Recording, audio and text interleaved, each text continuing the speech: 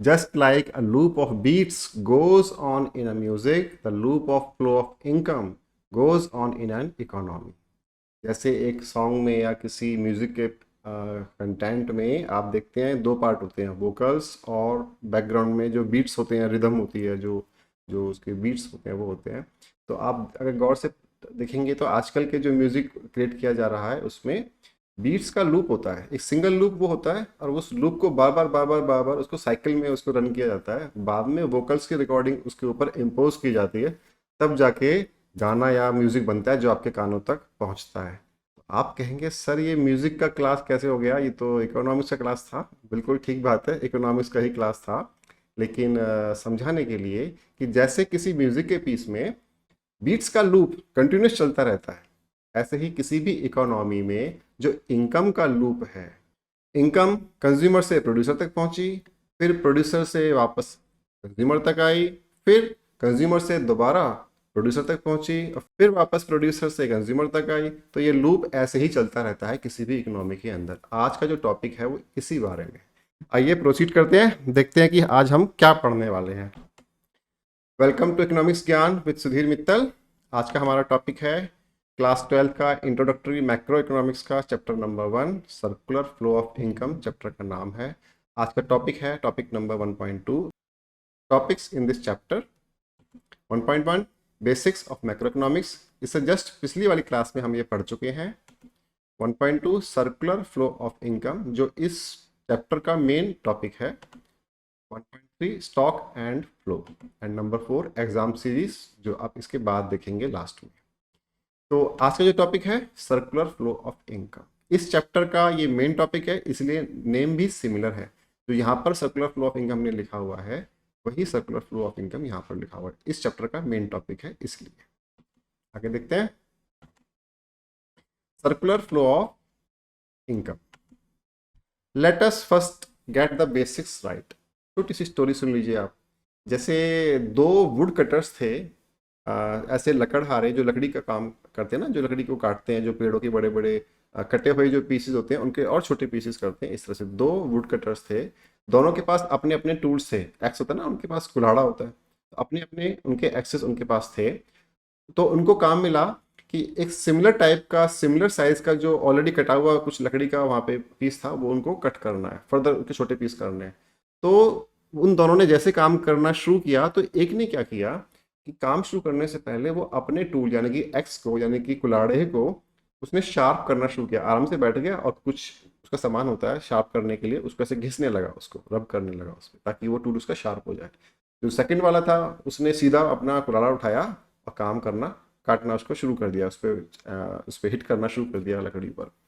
तो वो जो बाद वाला था जिसने आते ही काम करना कर दिया, वो उस पर हंसा, दूसरे वाले पर, कि यार तू क्यों बैठ गया ऐसे, ये क्या करने लग गया, सीधा अपना काम पर स्टार्ट करो। तो उसने कहा आप देखते जाओ, पहले वाले ने कहा देखते जाओ आप। तो दूसरा वाला जो था अपना काम करता रहा, और जो पहले वाला ने कुछ देर लगाया अपने टूल को शार्प करने में। उसके बाद जब उसने काम करना शुरू किया और जब दोनों ने एक साथ काम किया, तो उन्होंने पाया कि जो पहला वाला बंदा था जिसने अपना टूल पहले शार्प किया था, उसने अपना काम जल्दी फिनिश कर दिया, और जो दूसरा वाला था जो आते ही काम शुरू किया बिना टूल को शार्प किए, वो लगा रहा, उसका काम काफ़ी लेट खत्म हुआ। तो ये जो हमने छोटी सी स्टोरी आपको बताई, उसका मीनिंग ये है कि देखिए, हमारे टॉपिक का नाम है सर्कुलर फ्लो ऑफ इनकम। तो इस टॉपिक को पढ़ने से पहले अगर हम अपने टूल्स को शार्प कर लें, यानी कि अपनी बेसिक अंडरस्टैंडिंग को करेक्ट कर लें, तो हम इस चैप्टर में अच्छे से ग्रो कर पाएंगे, अच्छे से उसको समझ पाएंगे। तो यही पर्पज़ है कि हम बजाय इसके कि सीधा सर्कुलर फ्लो ऑफ इनकम पे जंप कर जाएं, इसके कुछ बेसिक्स हैं जो कि कुछ बुक्स में कम दिए हुए हैं, कुछ में दिए ही नहीं हुए। टीचर्स लोग शायद बताते हैं, शायद नहीं बताते, वो आप देखिए। तो पहले इसके बेसिक्स हम बताते हैं और फिर इस टॉपिक पर मूव करते हैं। देखिए, सबसे पहले फैक्टर क्या होते हैं, फैक्टर सर्विसेज क्या होती हैं, और फैक्टर इनकम्स क्या होती हैं। ये तीनों चीज़ें आपस में रिलेटेड हैं और इनको अलग अलग जानना बड़ा ज़रूरी है। देखिए, टेबल को देख के डरना नहीं कि बहुत बड़ी टेबल आ गई, स्टार्टिंग में बड़ी टेबल नहीं है, बहुत छोटी सी टेबल है, फटाफट से समझ जाओगे। देखिए, पहला आप यहाँ पर देखिए, यहाँ पर मेरा माउस या कर्सर मूव कर रहा है। What are the factors of production, ये तो आपको पता ही है।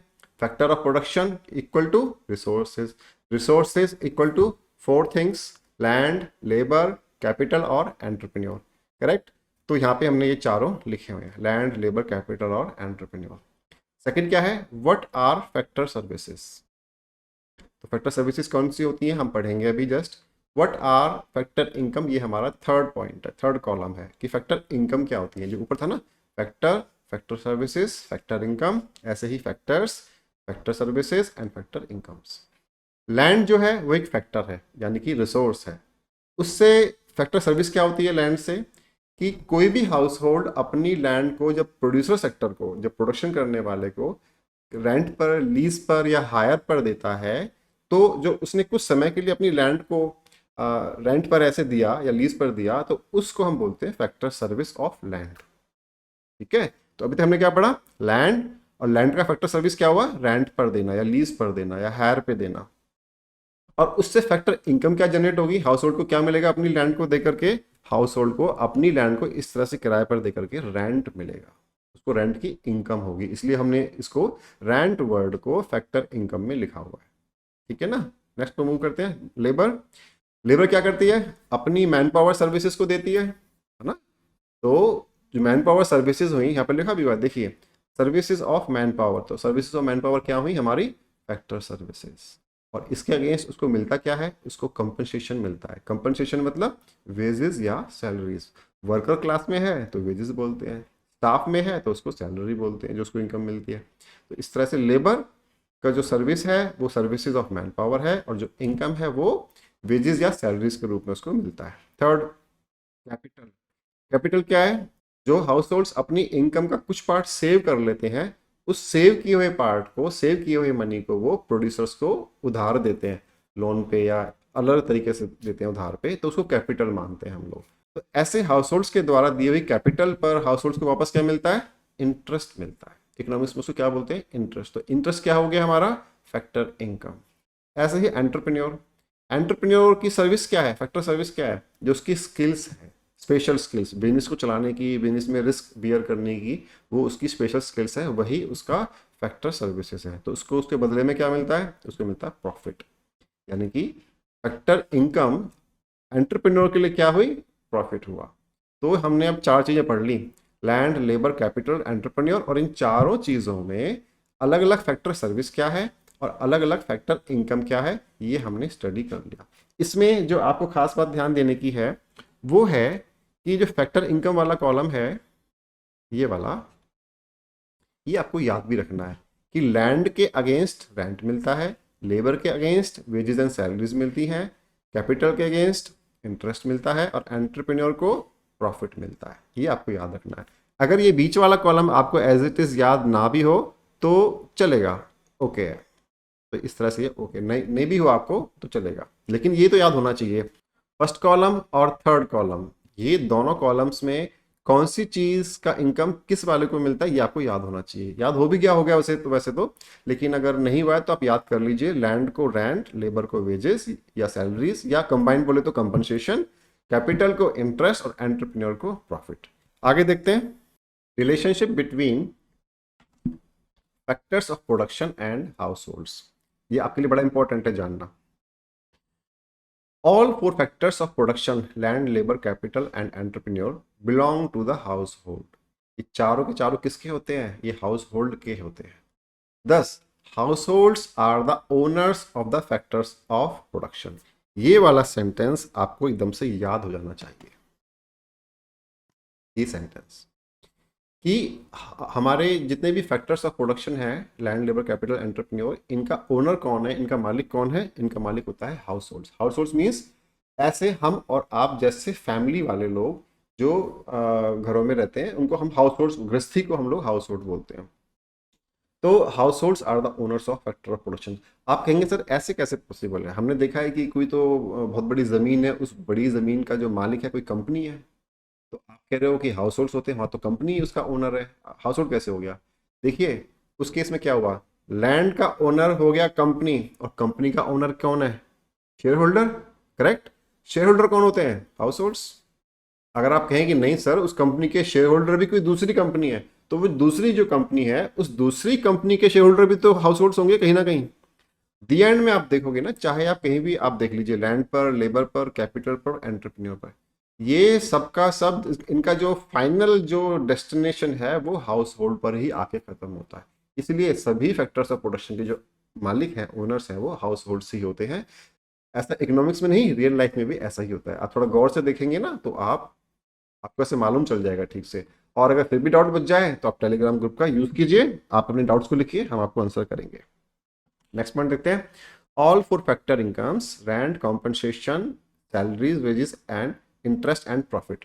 बेसिकली हमारे 4 फैक्टर इनकम होते हैं, rent, compensation, interest and profit. ये जो 4 फैक्टर इनकम है ये हाउस होल्ड्स को ही मिलती हैं। भाई हाउस होल्ड ही तो इनका ओनर था, तो इन रिसोर्सेज के ओनर होने के कारण जो भी इनसे इनकम जनरेट होगी वो इनकम किसको मिलेगी? हाउस होल्ड्स को ही मिलेगी। यही बात हमने यहाँ पे लिखी हुई है। तो ये जो हमने यहाँ पे लिखा हुआ है, 10 households are the final recipients या beneficiaries of the factor income। Correct. तो दो बातें हमने यहाँ पे सीखी इस स्लाइड में। क्या? हाउस होल्ड्स ओनर्स होते हैं सभी तरह के फैक्टर्स ऑफ प्रोडक्शन का, और जो इन फैक्टर ऑफ प्रोडक्शन से जो भी इनकम जनरेट होती है वो इनकम किसके पास पहुंचती है? हाउस होल्ड्स तक ही पहुंचती है। आगे देखते हैं। इंटरसेक्टरल फ्लोज एंड इंटरसेक्टरल इंटरडिपेंडेंस। आपका जो ये वर्ड है ना इंटरसेक्टरल, तो मतलब क्या है इसका? जैसे कि मान लीजिए आप, ये एक सेक्टर है हाउस होल्ड सेक्टर, ये एक प्रोड्यूसर सेक्टर है ना, this is producer and this is house hold. ऐसे और भी होते हैं, अभी हम आगे पढ़ेंगे, है ना, आपको मैं अभी से कंफ्यूज नहीं करूंगा। तो सब ऐसे और भी सेक्टर होते हैं, 4 होते हैं कुल मिलाकर के। तो ऐसे सेक्टर्स हैं। तो हम यहाँ पे पढ़ रहे हैं कि इन सेक्टर्स में आपस में किस तरह से ट्रांजेक्शन्स होती हैं, आपस में किस तरह से इनमें ट्रांजेक्शन्स होती हैं, और एक दूसरे पे ये कैसे डिपेंड करते हैं, एक दूसरे पे कैसे ये निर्भर करते हैं अपने अपने इनकम या अपने अपने सर्वाइवल के लिए। तो वो हम डिस्कस करेंगे इस वाली स्लाइड में। ठीक है, देखिए। Intersectoral flows means the flow of factor services and factor incomes to one each other amongst the all 4 sectors of the economy. किसका फ्लो हो रहा है यहाँ पर हो रहा है फैक्टर सर्विसेज का, फैक्टर इनकम्स का। फैक्टर सर्विसेज क्या होती हैं? आप मान लीजिए रफली लैंड, लेबर, कैपिटल और एंटरप्रेन्योर ही फैक्टर सर्विसेज हैं। फैक्टर इनकम तो आपको पता ही है, रेंट, कंपनसेशन और इंटरेस्ट और प्रॉफिट। तो ये जो 4 चीजें हैं फैक्टर सर्विसेज की हुई, 4 चीजें फैक्टर इनकम की हुई। तो ये चारों चीजें आपस में एक से दूसरे सेक्टर में फ्लो करती रहती है। ठीक है, यहाँ पे इस बात का मीनिंग ये वाला है। और देखिए, all 4 sectors of the economy are dependent on each other. अगर प्रोड्यूसर सेक्टर हो और हाउस होल्ड सेक्टर हो ही ना, तो प्रोड्यूसर सेक्टर तो बेकार हो गया ना। प्रोड्यूसर सेक्टर क्या प्रोड्यूस करेगा जब कोई कंज्यूम करने वाले नहीं है? तो अच्छा, हाउस होल्ड है लेकिन प्रोड्यूसर नहीं है, तो हाउस होल्ड कंज्यूम क्या करेगा जब प्रोडक्शन ही नहीं हुआ? तो अगर हम इस तरह से सोचें तो चारों के चारों सेक्टर एक दूसरे पर डिपेंड करते हैं। पॉइंट नंबर 2 देखते हैं। The flows amongst them always continue taking place. इनमें जो फ्लो है ना ये चलता रहता है, ये कभी रुकता नहीं है। क्यों? आपको बताया था ना फर्स्ट स्लाइड में कि साइकिल है, जैसे लूप का म्यूजिक में रोल होता है, ऐसे ही इनकम सर्कुलर टाइप से फ्लो करती रहती है, गोल गोल घूमती रहती है, एक सेक्टर से दूसरे सेक्टर, दूसरे सेक्टर से तीसरे सेक्टर, फिर तीसरे सेक्टर से फोर्थ सेक्टर। तो ऐसे ये इनकम का ऐसे फ्लो चलता रहता है। तो जो ये फ्लो है ये कंटिन्यूस चलता है, कभी रुकता नहीं है। करेक्ट। आगे देखते हैं। It's because of the intersectoral interdependence that the intersectoral flows take place. क्योंकि सारे सेक्टर्स आपस में एक दूसरे पर डिपेंड करते हैं, इसीलिए हमारा जो सर्विसेज का और इनकम का फ्लो है इन सेक्टर्स में वो कॉन्टिन्यूसली चलता रहता है। आप समझिए, मैं फिर से बोल देता हूँ, क्योंकि सारे सेक्टर्स आपस में एक दूसरे पर डिपेंड करते हैं, इसी कारण से उनका जो आपस में फ्लो है इनकम का और सर्विसेज का वो चलता रहता है। अगर डिपेंड एक दूसरे पर ना करे तो फ्लो ना हो तो कोई बात नहीं, चलेगा ऐसा। लेकिन चूंकि डिपेंड करते हैं इसलिए फ्लो भी हमेशा चलता रहता है। ऐसा सेंटेंस में हमने यहाँ पे एक्सप्लेन किया। आगे देखते हैं examples. Number A, household sector gives land, workman, capital, entrepreneur to the producer sector. भाई इन सबका ओनर कौन है? लैंड, लेबर वगैरह वगैरह का हाउस होल्ड है। तो हाउस होल्ड ओनर होने के नाते इन फैक्टर सर्विसेज को प्रोड्यूसर सेक्टर को देता है, ऐसा यहाँ पे हमने एक्सप्लेन किया।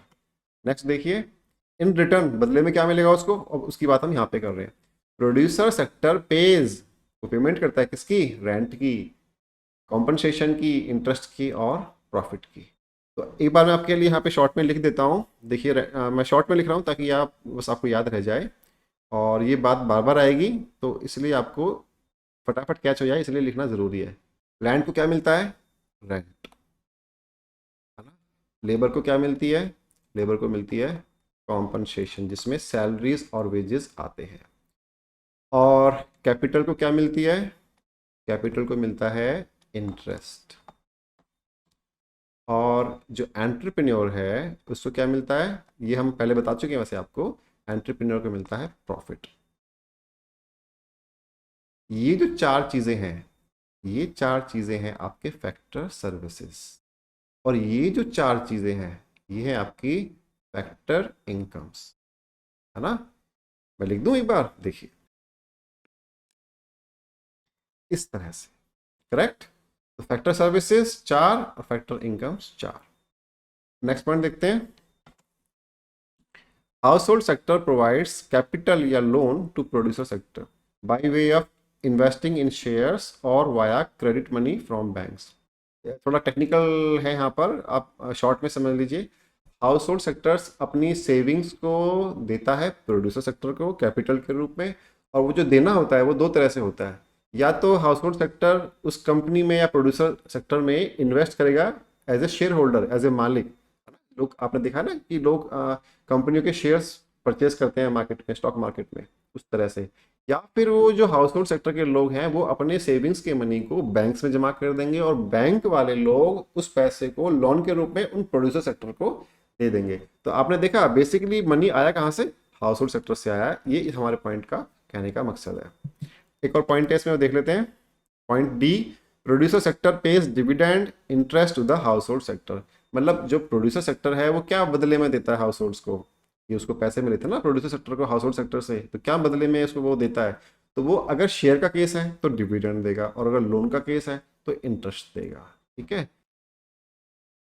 All in one slide for different sectors in an economy.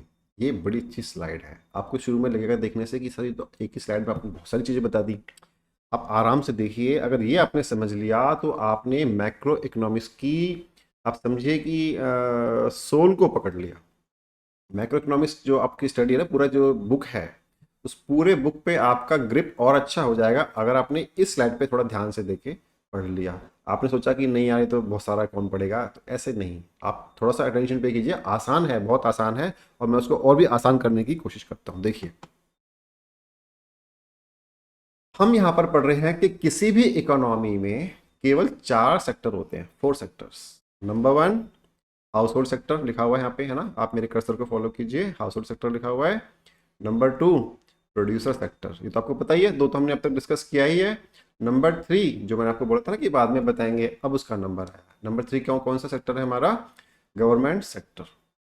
Number 4 external sector. थोड़ा सा इनका डिटेल देख लेते हैं।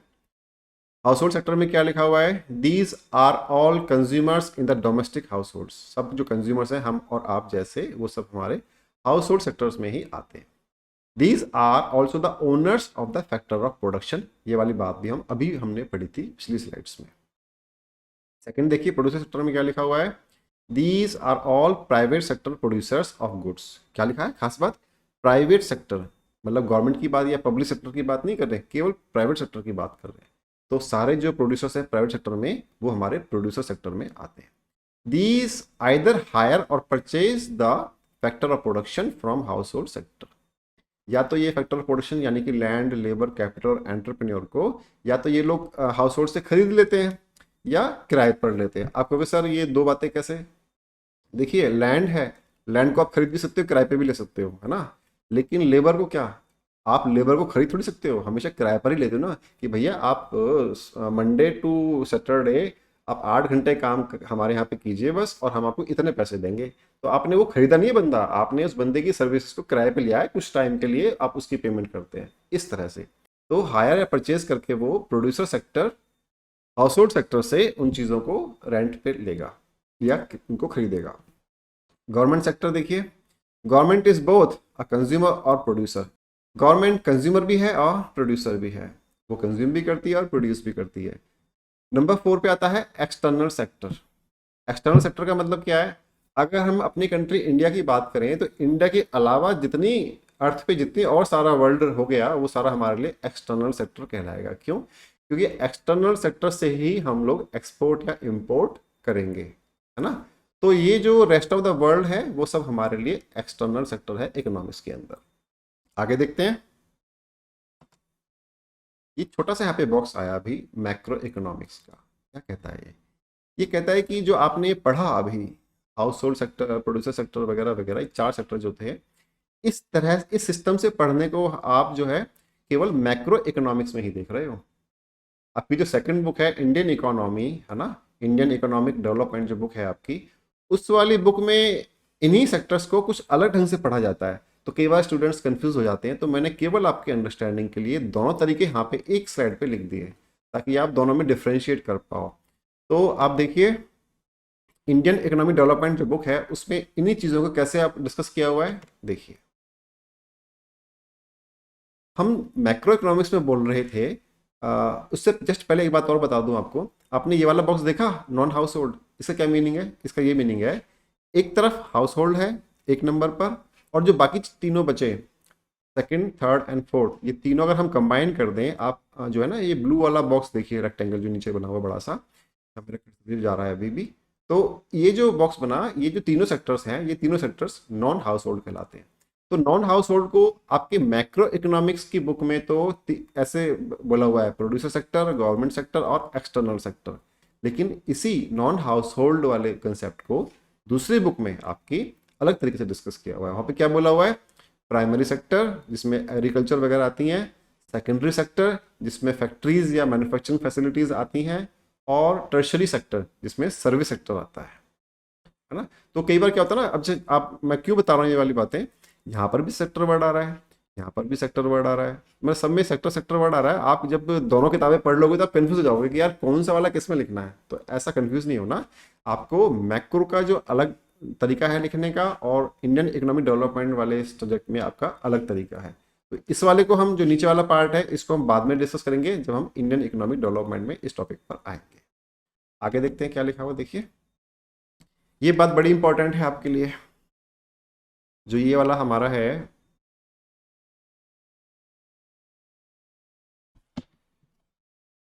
To sector economy, three sector economy और four sector economy. Two sector economy में केवल फर्स्ट एंड सेकंड आते हैं। कौन से? ये वाले जहां मेरा कर्सर मूव कर रहा है, 1 और 2, household and producer. Two sector economy को हम लोग सिंपल इकोनॉमी भी बोलते हैं। नेक्स्ट देखिए थ्री सेक्टर इकोनॉमी, 1, 2 एंड 3। इसमें 3 आते हैं, हाउस होल्ड भी आता है, प्रोड्यूसर भी आता है, साथ में गवर्नमेंट सेक्टर भी आता है। तो इसको हम, जो 3 सेक्टर का इकोनॉमी बना, इसको हम बोलते हैं क्लोज्ड इकोनॉमी। क्लोज्ड क्यों बोला?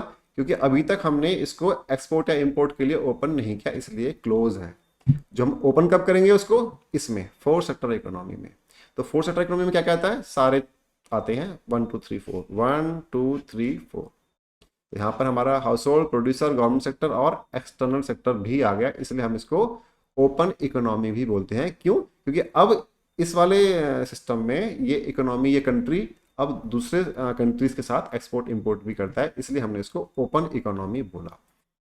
आपके सिलेबस में जो ये वाला टॉपिक है पर्टिकुलरली चैप्टर 1 का सर्कुलर फ्लो ऑफ इनकम, इस वाले टॉपिक में बहुत ध्यान देने की बात है, गौर से सुनिए। केवल इसी को डिस्कस किया गया है, इसको टू सेक्टर्स इकोनॉमी को। आपको मैं फिर से बता दूं ढंग से, ऐसा नहीं है कि पूरी बुक में ही ये डिस्कस किया हुआ, नहीं नहीं नहीं नहीं। जो बाकी के चैप्टर्स हैं, बाकी के टॉपिक्स हैं, उनमें 3 सेक्टर और 4 सेक्टर सभी आएंगे, लेकिन केवल इस वाले टॉपिक में जो हम अभी पढ़ रहे हैं सर्कुलर फ्लो ऑफ इनकम, इस वाले टॉपिक में केवल टू सेक्टर इकोनॉमी की ही बात की गई है, जिसमें केवल हाउस होल्ड सेक्टर और केवल प्रोड्यूसर सेक्टर ही आता है। बाकी को हमने सिंप्लिसिटी के लिए इग्नोर किया हुआ है आपके सिलेबस सीबीएसई के हिसाब से। Short and simple definition of circular flow of income देखिए। Circular flow of income refers to the never ending flow. बताया था ना लूप में वो कंटिन्यूस चलना है उसको। तो कंटिन्यूस चलना है। वो नेवर एंडिंग फ्लो है किसका? Income between producer sector and household sector. और हाउस होल्ड सेक्टर की इनकम प्रोड्यूसर सेक्टर तक पहुंचती है और प्रोड्यूसर सेक्टर की इनकम वापस हाउस होल्ड सेक्टर पे आ जाती है और वापस ये लूप ऐसे गोल गोल घूमता रहता है। और देखते हैं कैसे होता है, कैसे पॉसिबल होता है ना। आप कहेंगे सर ऐसे आप बता तो रहे हो लेकिन समझे कैसे हैं इसको? उसके लिए हम बता रहे हैं आपको। देखिए, phases of circular flow of income, इस वाले टॉपिक से ना, जो छोटा सा यहाँ पे आ रहा है phases of circular flow of income, इसमें से आपकी ऑब्जेक्टिव टाइप क्वेश्चंस कहीं आते हैं, तो आप इसके लिए इंपॉर्टेंट का टैग लगाइए। कौन कौन से फेज होते हैं सर्कुलर फ्लो ऑफ इनकम में, या स्टेजेस कह लीजिए कि सर्कुलर फ्लो ऑफ इनकम की स्टेजेस क्या हैं, जो हम करते हैं गोल गोल घूमता है। तो ऐसे वन स्टेज, फिर सेकंड स्टेज, फिर थर्ड स्टेज, फिर वापस वन, फिर टू, फिर थ्री, फिर ऐसे। तो जो स्टेजेस हैं या फेजेस हैं वो कौन कौन से होते हैं देखिए। नंबर वन या number A, generation of income by way of producing goods and services. Producers जो गुड्स या सर्विसेज का प्रोडक्शन करते हैं तो उससे इनकम जनरेट होती है। हमने यहाँ पे लिखा generate verb, generation of income, ये लिखा ना हमने। एक और देखिए point B, distribution of income. Company उस पैसे को जनरेट करने के बाद, इनकम को जनरेट करने के बाद उसको डिस्ट्रीब्यूट करती है। किस किस में? लैंड वाले को रेंट दे दिया, लेबर को जो उसके यहाँ पे लोग काम करते थे उनको वेजेस दे दी, सैलरीज दे दी, कंपनसेशन दे दिया, कैपिटल जो उन्होंने ली थी उस पर उन्होंने इंटरेस्ट पेमेंट कर दिया, और जो एंटरप्रेन्योर के लिए बचा बाकी प्रॉफिट वो सारा एंटरप्रेन्योर अपने घर ले गया। ऐसे होता है ना, जो कंपनी का मालिक होता है वो बाकी प्रॉफिट को अपने घर पर ले जाता है। तो पहले तो क्या हुआ, कंपनी ने चीज़ों का प्रोडक्शन किया पॉइंट ए में, उसने जनरेशन किया इनकम का, फिर उस इनकम को उसने डिस्ट्रीब्यूट किया। अब थर्ड क्या हो गया? डिस्पोजिशन। अब आप समझे कि प्रोड्यूसर ने पहले इनकम को जनरेट किया, फिर प्रोड्यूसर ने उस इनकम को हाउस होल्ड्स में डिस्ट्रीब्यूट कर दिया, अलग अलग रेंट के नाम से, वेजेस के नाम से, एक्सेट्रा एक्सेट्रा। और देन जब वो पैसा हाउस होल्ड्स के पास आ गया तब पॉइंट सी आया जिसका नाम है डिस्पोजिशन ऑफ इनकम, यानी कि हाउस होल्ड्स ने उस पैसे को खर्च कर दिया by way of spending all income on goods and services. समझिए आप? तो वो सारा पैसा हाउस होल्ड्स ने खर्च कर दिया, क्या करने के लिए? गुड्स एंड सर्विसेज को खरीदने के लिए। कौन से गुड्स एंड सर्विसेज? जो कि प्रोड्यूसर सेक्टर ने ही मैन्युफैक्चर किए थे। तो घूम के पैसा वापस प्रोड्यूसर सेक्टर के पास ही आ गया। इस पॉइंट को आप एक बार और आएगा अभी अगली स्लाइड में, आप और अच्छे से क्लैरिटी से समझ जाएंगे। देखिए, how come a circular flow of income is circular. ये जो सर्कुलर फ्लो ऑफ इनकम है, सर्कुलर कैसे है? वही बात जो हम अभी बता रहे थे कि ये सर्कल में घूमता है, लूप पे घूमता है, ऐसे कैसे होता है? देखिए, let us link three phases of circular flow of income in the following diagram. First है ए, जनरेशन ऑफ इनकम, हमने अभी पढ़ा। बी है डिस्ट्रीब्यूशन ऑफ इनकम एंड सी है डिस्पोजिशन ऑफ इनकम। ये तीन बातें हमने पढ़ी थी ना अभी। अब इनको हम एक डायग्राम में दिखाएंगे। देखिए, उससे पहले एक कमेंट आया बड़ा अच्छा से, यहाँ पे पढ़िए। Since you are a beginner in macroeconomics, only a two sector economy has been covered in this topic. बताया था ना अभी आपको, केवल इस टॉपिक में हम टू सेक्टर पढ़ते हैं, थर्ड और फोर्थ को हम इग्नोर कर देते हैं। बाकी के चैप्टर्स में, आने वाले चैप्टर्स में हम चार को पढ़ेंगे, लेकिन इस वाले में केवल टू को पढ़ते हैं। यही बात हमने इस बॉक्स में यहाँ पे लिखी हुई है। देखिए क्या डायग्राम है जो हमने बात कर रहे थे। दो सेक्टर हैं, sector one producer sector, sector to household sector. क्या कर रहे हैं दोनों सेक्टर? देखते हैं। प्रोड्यूसर सेक्टर क्या कर रहा है जी? Producers produce and sell goods and services. वो प्रोड्यूस करते हैं और सेलिंग करते हैं गुड्स एंड सर्विसेज का। They generate income. क्या मतलब? आपने अपने 11th के अकाउंट्स के सब्जेक्ट में पढ़ा होगा ना, किसी भी कंपनी का जब प्रॉफिट एंड लॉस अकाउंट बनता है तो उसमें क्रेडिट साइड में टॉप पे क्या आता है? सेल्स। यानी कि उसने जितना सब कुछ सेल किया उससे उसको कितना कुल पैसा मिला, ग्रॉस जो इनकम हुई वो उसकी सेल्स कहलाती है। तो उसी की बात हो रही है यहाँ पर। तो प्रोड्यूसर ने अपना प्रोडक्शन किया, सारे प्रोडक्शन किए हुए गुड्स एंड सर्विसेज को सेल किया, और सेल करने के बाद जो पैसा मिला उसके कंपनी के पास आ गया। तो उस कंपनी का पास आने के प्रोसेस को हम क्या बोल रहे हैं? जनरेशन ऑफ इनकम या जनरेटिंग ऑफ इनकम। ये तो हो गया पॉइंट ए। अब देखिए ये वाला पॉइंट जो जहां आपने कर्सर को फॉलो कीजिए, ये वाला ए पॉइंट और ये वाला ए पॉइंट, ये आप लिंक कीजिए, एक ही बात बोल रहे हैं। अब आते हैं पॉइंट बी पे, यानी कि हम प्रोड्यूसर सेक्टर से चले, सेक्टर वन से चले यहां तक आगे, अब हम नीचे आ रहे हैं इस तरह से। Producers pay off the factory cost. अब सारी जो पैसा है कंपनी के पास आ गया, अब उस कंपनी उस पैसे क्या करेगी देखते हैं। तो मैंने बताया था ना, जिससे लैंड को लिया हुआ है रेंट पर, उसको रेंट का पेमेंट करेगी। जो उसके यहाँ पे बंदे काम कर रहे हैं उनको वेजेस या सैलरीज या कॉम्पनसेशन का पेमेंट करेगी। जहाँ से कैपिटल उधारी लिया हुआ है, लोन लिया हुआ है, उस पर वो इंटरेस्ट पे करेगी। और जो पैसा बच गया वो एंटरप्रेन्योर अपने घर को ले जाएगा, यानी कि कंपनी उस एंटरप्रेन्योर को पे कर देगी। तो producers pay off the factor cost, they distribute income to households, है ना, आगे ना भाई बात। They distribute incomes to the households, rent, wages, interest and profit के शेप में। अब ये पैसा जो जो प्रोड्यूसर सेक्टर ने कमाया था वो यहाँ पर आया। यहाँ पे पैसा कमाने के बाद उसने पैसे को डिस्ट्रीब्यूट कर दिया। अब डिस्ट्रीब्यूट करने के बाद वो पैसा कहाँ पहुँच गया? अब हाउस होल्ड्स के पास। क्यों? कि सभी फैक्टर ऑफ प्रोडक्शन के जो हमारे ओनर थे वो तो हाउस होल्ड्स ही है ना, तो पैसा प्रोड्यूसर से चल करके अब ऐसे ऐसे करके हाउस होल्ड तक आ गया। अब बारी आई ये जानने की कि हाउस होल्ड्स ने उस पैसे का क्या किया। देखिए यहाँ से चलते हैं सेक्टर 2 से। इस तरह से households buy goods and services from the producer sector. Households ने अपने घर पर जो इतना सारा कंजम्पशन वो लोग करते हैं, जैसे ना कोई सामान, ग्रोसरीज खरीदनी है, उनको क्लोथ खरीदते हैं, उनको अपने घर को डेकोरेट करने के लिए सामान खरीदना है, उनको बहुत सारी चीज़ें चाहिए ना, टीवी खरीदना है, पता नहीं क्या क्या चाहिए उनको, तो वो सब उन्होंने कहाँ से खरीदा? प्रोड्यूसर सेक्टर से।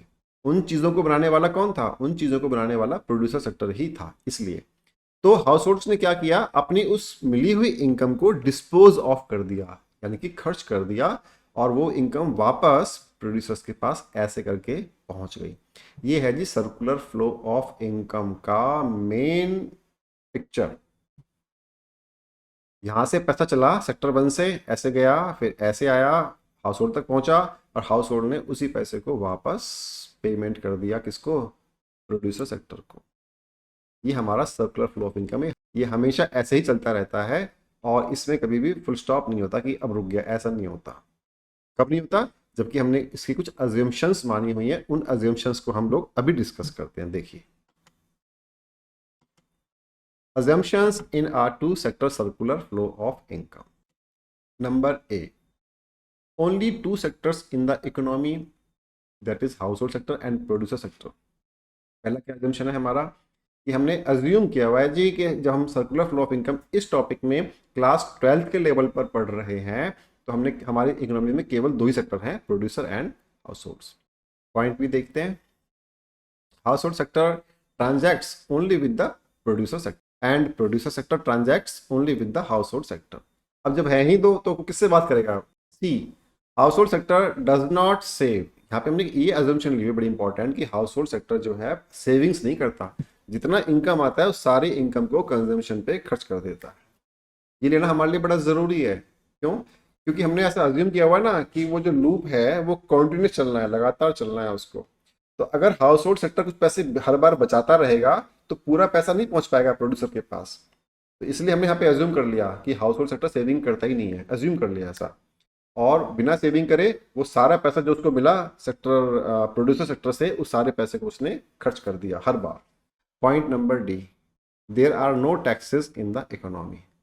जब सेक्टर ही दो हैं, प्रोड्यूसर एंड हाउस होल्ड्स, तो गवर्नमेंट है ही नहीं, तो टैक्सेस की रिकवरी कौन करेगा? टैक्सेस को कौन कौन कलेक्ट करेगा टैक्सेस को? ये सोच करके हमने यहाँ पे एक अज्यूम कर लिया कि टैक्सेस होते ही नहीं है। जितना इनकम मिलता है हाउस होल्ड्स को प्रोड्यूसर से, वो पूरा एंजॉय करते हैं, उनको टैक्सेस का पेमेंट नहीं करना पड़ता, ऐसे हमने अज्यूम किया हुआ है। पॉइंट ई देखिए, there is no financial sector banking industry in the economy. इस पॉइंट को आप बाद में समझेंगे जब आप एक आपका फर्दर एक चैप्टर है मनी एंड बैंकिंग के बारे में, तो जब वो चैप्टर आएगा तब आपको ये चैप्टर की इस वाले पॉइंट की जो क्लैरिटी है आ जाएगी। उससे पहले मैं आपको कंफ्यूज नहीं कर रहा। आपको ये पॉइंट अगर ना भी याद हो तो चलेगा फिलहाल के लिए।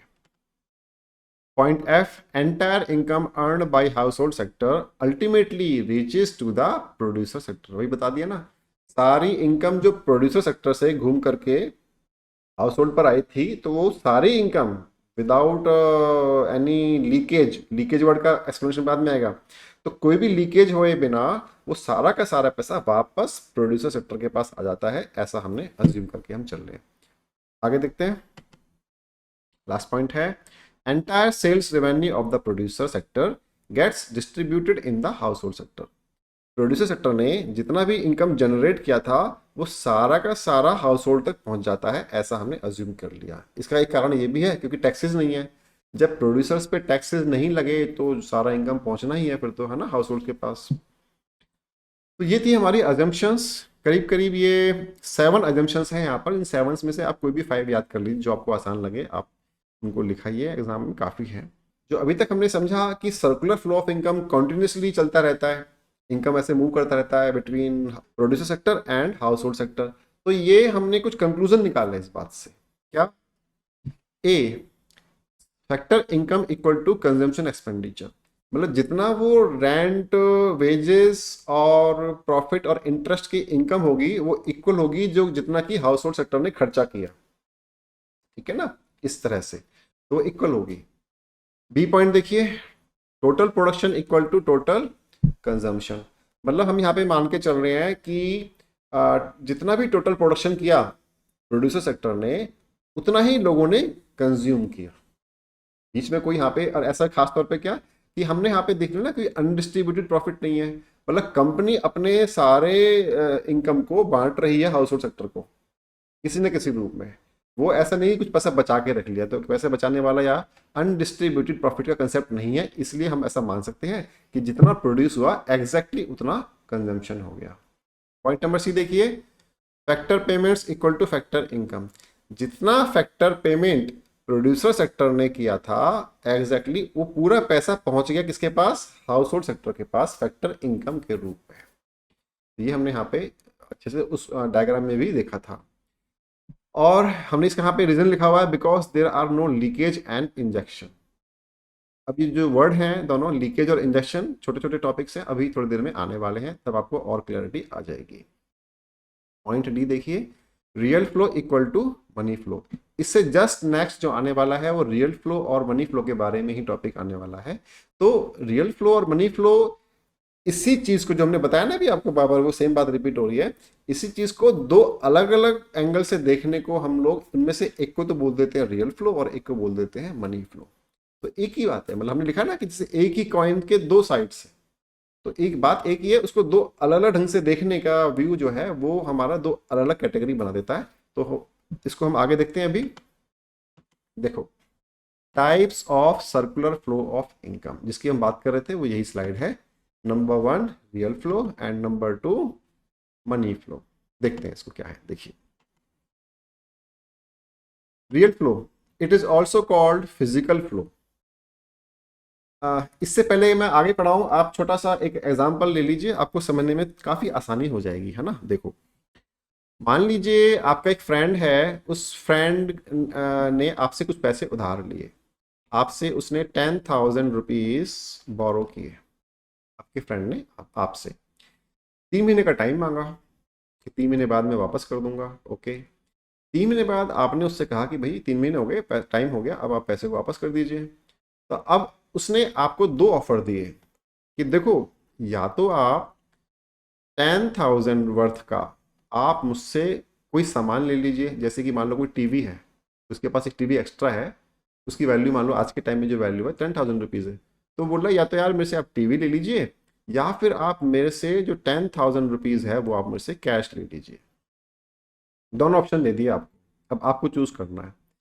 तो इसको तो हम बोलते हैं, जो टीवी लिखा ना हमने यहाँ पे, इसको हम बोलते हैं इन काइंड, यानी कि वस्तु के रूप में, और इसको हम बोलते हैं इन कैश, कैश के रूप में। तो अगर काइंड के रूप में है, वस्तु के रूप में है, तो वो हमारा कहलाएगा रियल, रियल फ्लो। और अगर वस्तु के रूप में तो क्या कहलाएगा? Money flow.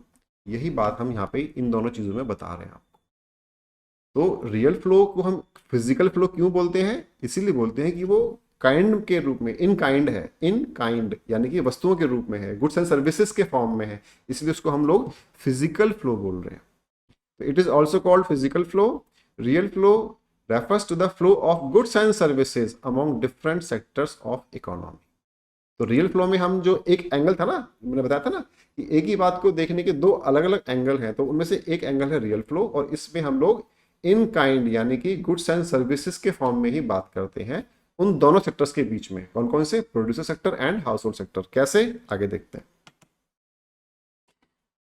It includes only physical materials और सर्विसेज एज फॉलोज। देखो, जो लैंड, लेबर, कैपिटल और एंटरप्रेन्योर है, ये जो चार चीजें हैं ये हाउस होल्ड सेक्टर ने प्रोड्यूसर सेक्टर को दिया गुड्स एंड सर्विसेज के फॉर्म में, और वापस क्या मिला उसको? Goods and services from producer sector to household sector. यानी कि हाउस होल्ड सेक्टर ने अपने घरों में कंज्यूम करने के लिए जो फूड था, जो क्लोथ्स था, जो और तरह तरह की चीजें थी जो मार्केट से खरीदी, वो किससे खरीदी? प्रोड्यूसर सेक्टर से। दैट मीन्स प्रोड्यूसर सेक्टर ने उनको गुड्स एंड सर्विसेज के फॉर्म में ही उन चीजों को वापस किया। शेप बदल गया लेकिन है वो गुड्स एंड सर्विसेज ही। फिर से समझ लीजिए, हाउस होल्ड सेक्टर ने प्रोड्यूसर सेक्टर को क्या दिया? Land, labour, capital, entrepreneur. Goods and services form में पहुंच गया। अब प्रोड्यूसर सेक्टर ने हाउस होल्ड सेक्टर को क्या दिया? Goods and services. उसमें कुछ भी आ सकता है जो आप अपने घर पे खरीदते हो, है ना? कितनी चीजें खरीदते हो आप? इलेक्ट्रॉनिक्स भी खरीदते हो, फूड भी है, क्लोथिंग भी है, पता नहीं क्या क्या चीजें हैं, इतनी सारी चीजें खरीदते हैं हम लोग, है ना? पूरी लाइफ खरीदते रहते हैं। तो गुड्स एंड सर्विसेज फॉर्म में यहाँ से यहाँ तक पहुंचा, और गुड्स एंड सर्विसेज के फॉर्म में ही यहाँ से वापस यहाँ तक आया, और ये लूप चल रहा है लगातार। इसी को हम लोग बोलते हैं रियल फ्लो या फिजिकल फ्लो। करेक्ट। अब इसका एक छोटा सा डायग्राम है। उससे पहले आपके लिए एक रिलीफ, क्या ये आपको डायग्राम याद नहीं करना, ये आपको डायग्राम केवल समझाने के लिए लिखा हुआ है। इससे जो पहला वाला था ना, वो तो आपको याद करना चाहिए, है ना? वो तो अच्छा डायग्राम है, तो याद करना चाहिए आपको, याद करना भी पड़ेगा एग्जाम पॉइंट ऑफ व्यू से। ये वाला जो है केवल समझाने के लिए। देखो, आपको बहुत शॉर्ट में बता रहा हूँ, बड़ी सारी ऐसा लग रहा होगा कि क्या क्या आ गया सारा, ऐसा नहीं है। केवल चार चीजें, लैंड, लेबर, कैपिटल, एंटरप्रेन्योर। ये ऑरेंज कलर के बॉक्सेस हैं, आप देख रहे हैं जहां मेरा माउस या कर्सर फॉलो कर रहा है। तो हाउस होल्ड सेक्टर से ये चारों चीजें गुड्स एंड सर्विसेज के फॉर्म में यहां से इस ऑरेंज कलर के एरो के हिसाब से चली गई प्रोड्यूसर सेक्टर के पास।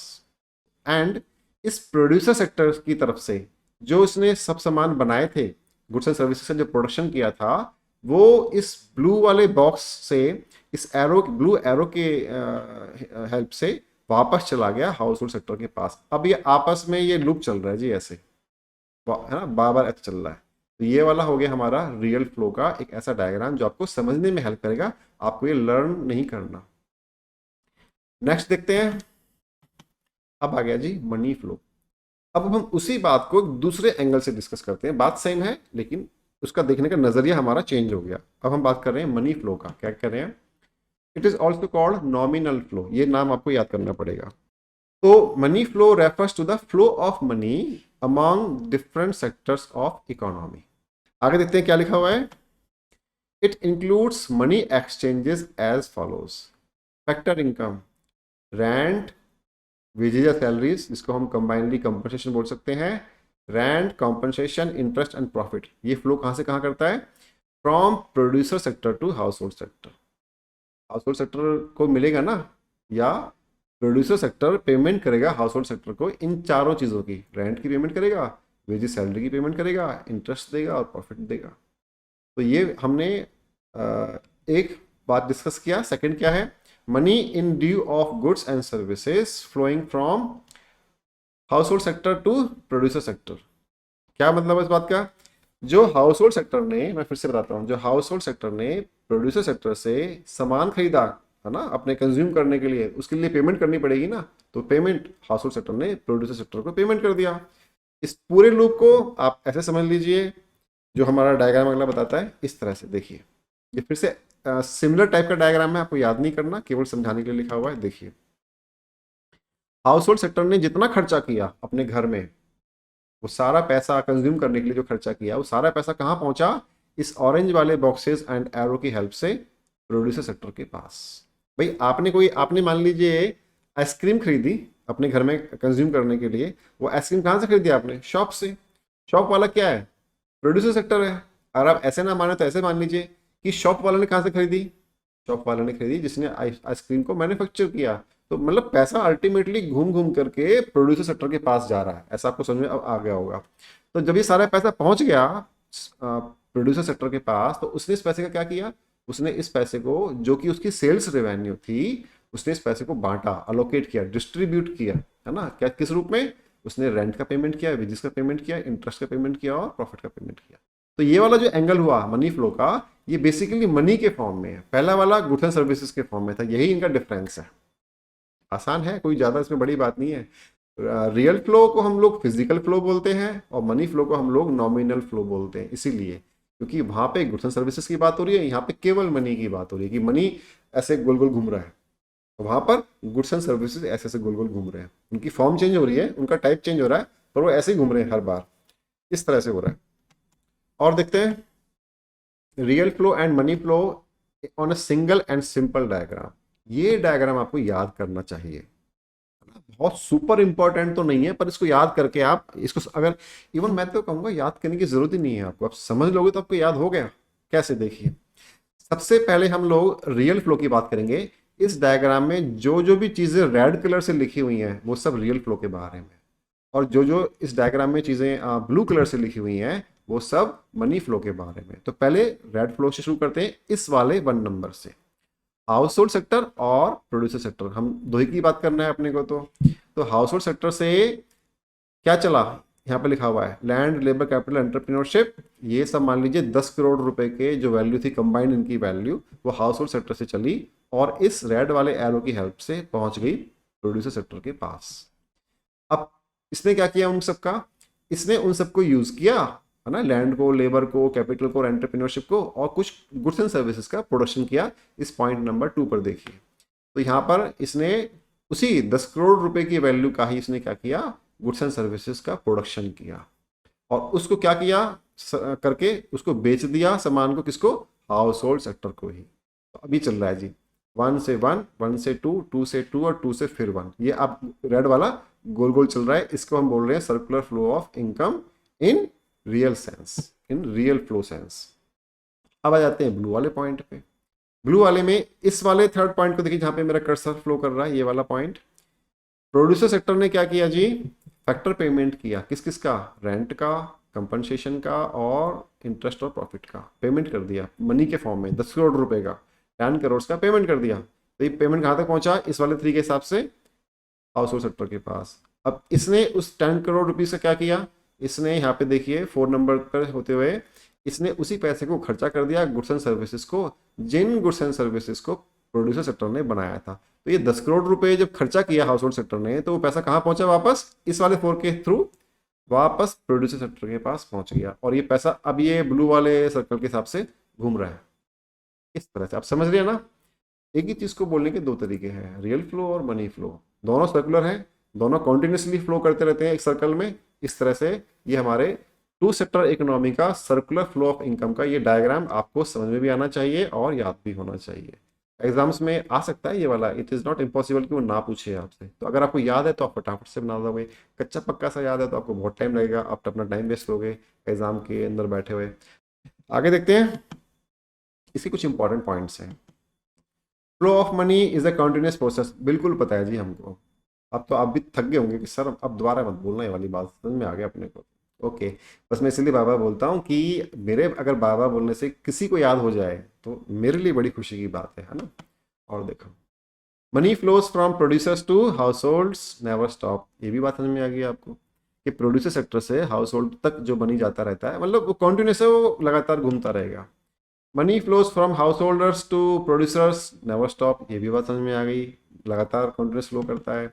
Demand by producers for factor services never stop, भाई अगर प्रोड्यूसर्स को land, labour, capital and entrepreneur नहीं मिलेगा तो बेचारा प्रोडक्शन करेगा कैसे। अगर प्रोडक्शन करना है तो ये उसको चाहिए ना, तो उसकी जो डिमांड है इन चीज़ों के लिए वो हमेशा बनी रहती है। देखिए next point, demand by house holders for consumer goods and services never stop. आप फैमिली में रहते हैं तो फैमिली में जो आप रहते हैं जितना भी कंज्यूम करते हैं, फूड, क्लोथिंग, शेल्टर के अलावा और जितना, मतलब इन तीनों को मिला के और सारी चीज़ों को मिला करके, तो वो जो कंजम्पशन अगर आप नहीं करोगे तो आप जीवित कैसे रहोगे, आप सर्वाइव भी नहीं कर पाओगे। तो इस कंजम्पशन को भी कंटिन्यू करने के लिए आपकी डिमांड हमेशा बनी रहती है। Last point, both producers and householders keep on paying money to each other continuously, ये भी समझ में आ गया हमारा। तो ये वाला पॉइंट है, छोटा सा पॉइंट है, आप ना कमेंट बॉक्स में करके बताना। आपके लिए छोटा सा मैं क्वेश्चन छोड़ रहा हूँ यहाँ पर, ये जो एफ वाला पॉइंट है, ये वाला पॉइंट रियल फ्लो के बारे में है कि मनी फ्लो के बारे में, आप मुझे बताएंगे। करेक्ट, आगे चलते हैं, कमेंट बॉक्स में लिखना है इसका बात। Difference between real flow and money flow, जो अब तक हमने पढ़ा थोड़ा समराइज कर देते हैं। अगर वो एग्जाम में अगर मान लीजिए डिफरेंस के तरह से पूछने लगे तो कैसे बताओगे आप, तो देखते हैं। टाइप ऑफ फ्लो, क्या है रियल फ्लो में, क्या लिखा हुआ है, flow of goods and services between house holds and farms. सही है, अब समझ में आ गया अपने आपको कि गुड्स एंड सर्विसेज के फॉर्म में होता है, और ये वाला फ्लो ऑफ मनी होता है, ये मनी के फॉर्म में होता है। अच्छा, डिफिकल्टी लेवल क्या है, रियल फ्लो में एक डिफिकल्टी है, क्या, कि ये ना गुड्स एंड सर्विसेज को गुड्स एंड सर्विसेज के साथ ही एक्सचेंज करना चाहता है। अब यहाँ पे एक मुश्किल ये आती है कि जैसे कि जो सामान आपके पास है और जो सामान दूसरे के पास, सामने वाले के पास है, अगर एक दूसरे के सामान की रिक्वायरमेंट ना हो तो एक्सचेंज ही नहीं बन पाएगा। आपको मैं एग्जांपल देता हूँ, हमने लिखा भी हुआ है यहाँ पर। मान लीजिए आपके पास बड़ा सा खेत है, उसमें आपने खूब सारे रबड़ के ट्रीज लगा रखे हैं, रबड़ प्लांट होते हैं ना, वो ट्रीज आपने लगा रखे हैं, और आप उनसे वो रबड़ का जो निकलता है डिस्चार्ज, वाइट वाला रबड़ मिल्क, वो आप निकालते हो और कंपनीज के बेचते हो, कंपनीज को यूज करती हैं। अब आपने बहुत सारा मिल्क ऐसे इकट्ठा किया, रबड़ मिल्क, और आपके जो एरिया में जो फैक्ट्री है, जो प्रोड्यूसर है, वो एक ही प्रोड्यूसर है, और वो गाड़ियों के टायर बनाता है। आपने वो सारा मिल्क उस टायर वाले को बेचना चाहा, क्योंकि आपको आपको अपने घर की जरूरतों को पूरा करने के लिए पैसा चाहिए। अब पैसा तो यहाँ पे है नहीं, क्यों, क्योंकि हम लोग रियल फ्लो की बात कर रहे हैं, हम मनी फ्लो की बात कर ही नहीं रहे। तो टायर वाले को अगर वो सारा बेच दोगे और आपको रिक्वायरमेंट है शूज खरीदने की, है ना, तो आपको शूज कैसे मिलेंगे? और रबड़ टायर बनाने वाला रबड़ शूज तो बनाएगा नहीं आपके लिए ही, वो तो टायर ही बनाएगा। तो रियल फ्लो में दिक्कत आती है कि यहाँ पे ना एक्सचेंज इजी नहीं होता है, एक्सचेंज डिफिकल्ट होता है, बड़ा ढूंढना पड़ता है कि यार जो सामान हमारे पास है, ऐसा कौन बंदा मिले जो उसको भी इस सामान की रिक्वायरमेंट हो, ताकि हमारा एक दूसरे का काम चल पाए। तो ये बड़ा दिक्कत आता है, जबकि मनी फ्लो में ऐसा नहीं होता। मनी फ्लो में क्यों नहीं होता, कि आपके पास रबड़ का जो मिल्क है वो इकट्ठा किया हुआ है, आप गए टायर कंपनी में, आपने सारे को मिल्क को सेल किया, और वहां से आपने पैसा ले लिया। आपने ना टायर खरीदा ना शूज खरीदा, आपने वहां से मनी ले लिया। अब उस मनी को लेके आप मार्केट गए, आप उस मार्केट से कुछ भी खरीदो, है ना। तो मनी फ्लो में ये दिक्कत नहीं आती है, जबकि रियल फ्लो में ये डिफिकल्टी आती है। अच्छा, और हमको तो ये लास्ट वाला पॉइंट पता ही है कि रियल फ्लो को हम लोग फिजिकल फ्लो बोलते हैं और मनी फ्लो को हम लोग नॉमिनल फ्लो बोलते हैं, है ना? अभी हमने पढ़ा था ये वाला पॉइंट, आगे देखते हैं। Leakage and injection. आपको लगेगा कि सर ये कैसी बातें आ गई, लीकेज और इंजेक्शन, मतलब इंजेक्शन वर्ड बोल देते तो वो याद आता है ना, जो डॉक्टर लगाता है उसको बोलते हैं इंजेक्शन। एक्चुअल में वो उसी का एक फॉर्म है, इंजेक्शन का मतलब कुछ और है और लीकेज का मतलब भी कुछ और है। इकोनॉमिक्स में कुछ मिलता जुलता भी है, आप देखिए तो आप समझ में आ जाएगा आपको। देखिए, so far we have understood in a circular flow of income, the factor income is equal to the consumption expenditure, leading to a zero savings and zero leakage. अभी तो हमने पढ़ा ना कि जितना पेमेंट प्रोड्यूसर सेक्टर ने किया, वो सारा का सारा पेमेंट हाउस होल्ड सेक्टर खर्च कर देगा वापस, और ये उतना ही पैसा वापस गोल गोल घूमता रहेगा। लेकिन रियल लाइफ में ऐसा नहीं होता, हमने लिखा भी हुआ है, but in real life this may not actually happen. हो सकता है हाउस होल्ड जो सेक्टर है थोड़ा सा सेविंग कर ले, कुछ पैसा बचा ले। हो सकता है जितना पैसा हाउस होल्ड ने प्रोड्यूसर्स को दिया, प्रोड्यूसर उस सारे पैसे को वापस उसका प्रोडक्शन ना करें, कुछ वो पैसे को बचा लें। तो ये सब जो बातें हैं उनको हम यहाँ पर डिस्कस करते हैं कि रियल लाइफ में लीकेज और इंजेक्शन इस सर्कुलर फ्लो ऑफ इनकम वाले कंसेप्ट को कैसे इफेक्ट करती हैं। देखिए, let us study the following leakages. Leakages क्या होती हैं, पढ़ लेते हैं। Leakages refer to withdrawal of money from the circular flow of income. जो पैसा उस सर्कुलर फ्लो में गोल गोल घूम रहा था, अब क्या किया, कुछ लोगों ने उसमें से कुछ पैसा निकाल के अलग रख लिया, उस फ्लो ऑफ इनकम से अलग साइड में निकाल के रख लिया, उसको कहते हैं लीकेज। लीकेज हो गया ना, मतलब टोटल फ्लो जो चल रहा था उसमें से कुछ हमने निकाल के अलग रख लिया, तो जो बचा वो तो कम बचा ना, इसलिए उसको हमने लीकेज बोला। ऐसा क्यों होता है? When people save money and do not spend their entire income, वही बात आ गई ना, producer sector does not get back the full money it had earlier paid to the household sector. वही बात है कि जो उसने प्रोड्यूसर सेक्टर ने सारा पैसा दिया था ऐसे घुमा करके हाउस होल्ड सेक्टर को, अब हाउस होल्ड ने क्या किया, कुछ बचा के साइड में रख लिया, उस लूप के बाहर रख लिया। अब जो बचा केवल उतना ही पहुंचा प्रोड्यूसर सेक्टर के पास, तो प्रोड्यूसर सेक्टर के पास कम पैसा पहुंचा, तो इसका मतलब वो लीकेज हो गया।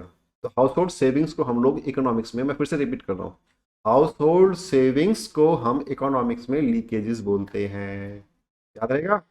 हाउस होल्ड सेविंग्स को हम इकोनॉमिक्स में लीकेजेस बोलते हैं। Actually leakages is equal to savings equal to withdrawals. तो ये हमने एक ही चीज के तीन नाम लिख दिए, आप लीकेजेस बोलिए, आप सेविंग्स बोलिए, या आप विड्रॉवल्स बोलिए, एक ही बात है। Leakages take place when consumption expenditure is less than factor income. जो फैक्टर इनकम चली थी प्रोड्यूसर सेक्टर से, अगर उतना पूरा खर्चा नहीं हुआ, यानी कि कंजम्पशन एक्सपेंडिचर फैक्टर इनकम से कम है, तो पक्का कहीं लीकेज हो गया, कहीं कहीं ना कहीं सेविंग हो गया, कहीं ना कहीं विड्रॉल हो गया उस मनी का, उस लूप्स के बाहर हो गया। ठीक है, और देखते हैं इसके आगे इंजेक्शन क्या होता है जी। इंजेक्शन इसका अपोजिट है। देखिए, इंजेक्शंस रेफर टू इंट्रोडक्शन या adding new money to the circular flow of income. अगर इस सर्कुलर फ्लो ऑफ इनकम में कुछ और एक्स्ट्रा मनी कहीं से बाहर से आके लग जाए और वो भी शुरू कर दे ऐसे घूमना, तो फिर वो इंजेक्शन कहलाएगा। इससे बड़ा फायदा है इंजेक्शन से, तो है ना। जो सेविंग था पुराना वाला, उससे तो नुकसान था कि पैसा कम हो गया घूमना, इंजेक्शन से वो पैसा बढ़ गया। तो इंजेक्शन किसी भी इकोनॉमी के लिए बड़ा अच्छा होता है। आगे पढ़ते हैं। When people borrow money from external sources such as financial institutions जैसे कि banks and spend more than their income, producer sectors happens to receive more money than it had earlier paid to the household sector in the form of factor payments।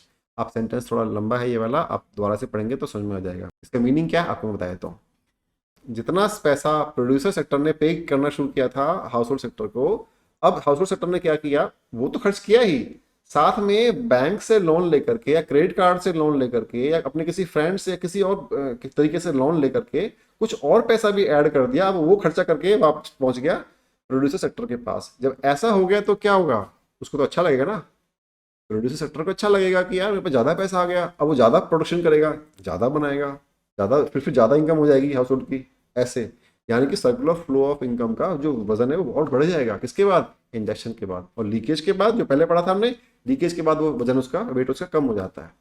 तो ये है leakage और injection. Leakage क्यों होती है हमेशा, एक word आप याद रखोगे तो आपका सारा आपको मेमोराइज हो जाएगा, सेविंग्स। लीकेज का मतलब क्या है, सेविंग्स। और इंजेक्शन का मतलब क्या है, इंजेक्शन का मतलब है adding new money, adding new money to the circular flow of income. अब आगे पढ़ लेते हैं एक्चुअली क्या है। Injections is equal to investment. ये जो किया था ना, बाहर से पैसा लेकर के उस सर्कुलर फ्लो ऑफ इनकम में ऐड कर दिया, दिस इज कॉल्ड इन्वेस्टमेंट या इंजेक्शन। और injection take place when consumption expenditure is greater than, यहाँ पे देखिए ना, ग्रेटर देन फैक्टर इनकम। जितना पैसा चला था हाउस होल्ड के पास पहुंचा, हाउस होल्ड के पास मान लीजिए पहुंचा 10 करोड़ रुपए। अब हाउस होल्ड ने क्या किया, 50 लाख रुपए का कहीं से और मनी का अरेंजमेंट किया और उसको और खर्चा कर दिया। तो अब 10.5 करोड़ रुपए का मनी पहुंचेगा प्रोड्यूसर सेक्टर के पास। तो इसका मतलब उसकी इनकम थी 10 करोड़ एंड उसने खर्चा कर दिया 10.5 करोड़ का। तो इस तरह से consumption expenditure is greater then factor income, ये वाला पॉइंट यहाँ पे हमने प्रूव किया। ठीक है, तो ये लीकेज और इंजेक्शन इंपॉर्टेंट टॉपिक है, इंटरेस्टिंग भी है, और आने वाले चैप्टर्स में इनका कुछ यूज भी है। ठीक है, तो इसके साथ हमारा क्लास 12 का इंट्रोडक्टरी मैक्रो इकोनॉमिक्स का chapter 1 circular flow of income topic number 1.2 यहाँ पर हमारा खत्म होता है। इसके बाद जो अगला टॉपिक आएगा इसी चैप्टर का लास्ट टॉपिक आएगा, that is concept of stock and flow. छोटा टॉपिक है, आप उसको जल्दी से कवर कर लोगे। तो इसके लिए हम लोगों को थोड़ा सा आपको नेक्स्ट वीडियो पे स्विच करना पड़ेगा।